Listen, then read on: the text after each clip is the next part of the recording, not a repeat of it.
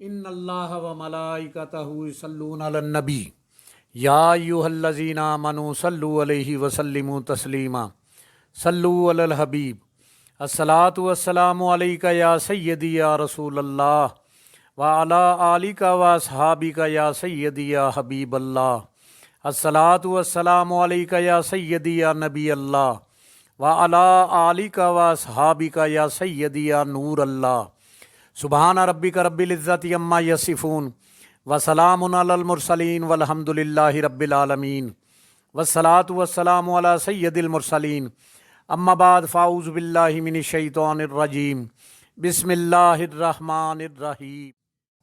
شہد کی مکھی، عربی میں شہد کی مکھی کو نحل کہتے ہیں۔ قرآن پاک میں اللہ تعالیٰ نے ایک سورہ نازل فرمائی جس کا نام سورہ نحل ہے۔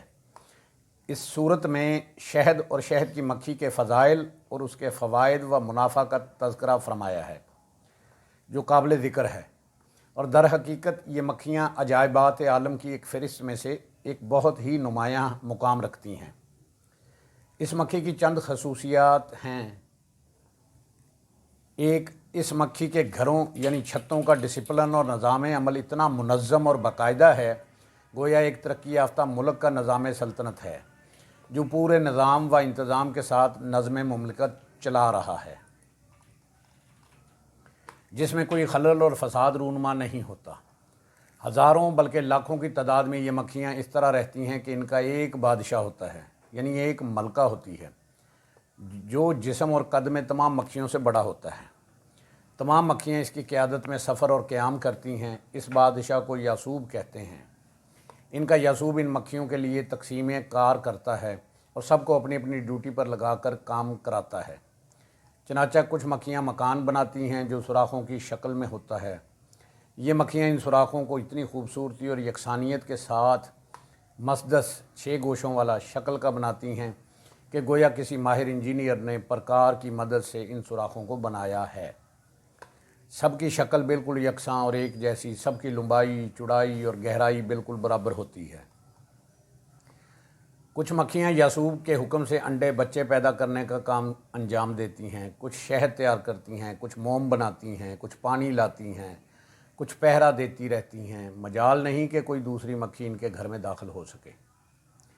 یہ مکھیاں پھولوں اور پھلوں وغیرہ کا رس چوس چوس کر لاتی ہیں اور شہد کے خزانے میں جمع کرتی رہتی ہیں، اور پھلوں پھولوں کی تلاش میں جنگلوں اور میدانوں میں سینکڑوں میل الگ الگ دور دور تک چلی جاتی ہیں، مگر یہ اپنے چھتوں کو نہیں بھولتی، اور بلکہ تکلف کسی تلاش کے سیدھے کئی میل کی دوری سے اپنے چھتوں میں پہنچ جاتی ہیں۔ یہ مکھیاں مختلف رنگوں، مختلف ذائقوں کا شہد تیار کرتی ہیں، کبھی سرخ، کبھی سفید، کبھی سیاہ، کبھی زرد، کبھی پتلا، کبھی گاڑھا۔ مختلف موسموں میں مختلف پھلوں پھولوں کی بدولت شہد کے مختلف رنگ اور ذائقے بدلتے رہتے ہیں۔ یہ اپنے چھتے کبھی درختوں پر، کبھی پہاڑوں پر، کبھی گھروں میں، کبھی دیواروں میں کے سوراخوں میں، کبھی زمین کے اندر بنایا کرتی ہیں، اور ہر جگہ یکساں ڈسپلن اور نظام کے ساتھ ان کا کارخانہ چلتا رہتا ہے۔ نافرمان اور باغی مکھیوں کو ان کا یاسوب مناسب سزائیں بھی دیتا ہے، یہاں تک کہ بعض کو قتل بھی کروا دیتا ہے، اور سب کو اپنے کنٹرول میں رکھتا ہے۔ کبھی کوئی شہد کی مکھی کسی نجاست پر نہیں بیٹھ سکتی، اور اگر کوئی کبھی بیٹھ جائے تو ان کا بادشاہ یاسوب اس کو سخت سزا دیتا ہے اور چھتے سے نکال دیتا ہے۔ قرآن پاک نے ان شہد کی مکھیوں کے مسائل کا خطبہ پڑھتے ہوئے ارشاد فرمایا ہے، اور تمہارے رب نے شہد کی مکھی کو الہام کیا کہ پہاڑوں میں گھر بنا، درختوں میں اور چھتوں میں، پھر ہر قسم کے پھل میں سے کھا اور اپنے رب کی راہیں چل کہ تیرے لیے نرم و آسان ہیں۔ اس کے پیٹ سے ایک پینے کی چیز رنگ برنگ نکلتی ہے جس میں لوگوں کی تندرستی ہے، بے شک اس میں نشانی ہے دھیان کرنے والوں کے لیے۔ اللہ تعالیٰ نے شہد کو تمام بیماریوں کے لیے شفا فرمایا ہے، چنانچہ بعض امراض میں تنہا شہد سے شفا حاصل ہوتی ہے، اور بعض امراض میں شہد کے ساتھ دوسری دواؤں کو ملا کر بیماریوں کا علاج کرتے ہیں، جیسے کہ معجونوں اور جوارشوں اور طرح طرح کے شربتوں کے ذریعے تمام بیماریوں کا علاج کیا جاتا ہے، اور ان سب دواؤں میں شہد شامل کیا جاتا ہے۔ اس طرح شکنجبین میں بھی شہد ڈالا جاتا ہے جو پیٹ کے امراض کے لیے بےحد مفید ہے۔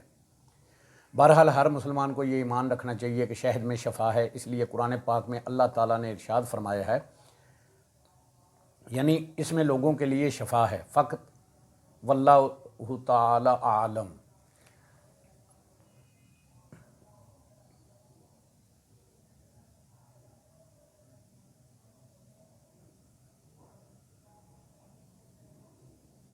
اللہ پاک سے دعا ہے جن سے وہ پیار کرتا ہے ہمیں ان کا ادب عطا کرے، اپنے نیک بندوں کی صحبت عطا فرمائے، ہمیں بادب بعمل عاشق رسول بنائے۔ اللہ کریم ہمیں راہ حق پر چلنے کی، حق بات کہنے کی، سننے کی اور اس پر عمل کرنے کی توفیق عطا فرمائے۔ ہم سب کی جان آقا کریم صلی اللہ علیہ وآلہ وسلم کا فرمان عالی شان ہے، جو شخص میری امت میں نیکی پھیلائے یا اچھی بات پہنچائے اللہ اس سے پیار کرتا ہے اور جنت اس کا مقدر ہے۔ گناہ گار ہیں، بدکار ہیں، سیاہ کار ہیں میرے مولا، جو بھی ہیں تیرے محبوب کی امت میں سے ہیں۔ یا الہی کر کرم کروا کرم، دونوں جہاں میں رکھ شرم۔ جس کسی نے بھی دعا کے واسطے یا رب کہا، کر دے پوری آرزو ہر بے کس و مجبور کی۔ جس کسی نے بھی دعا کے واسطے یا رب کہا، کر دے پوری آرزو ہر بے کس و مجبور کی۔ آمین بجاہ نبی الکریم الامین، وآخر دعواہم ان الحمد للہ رب العالمین۔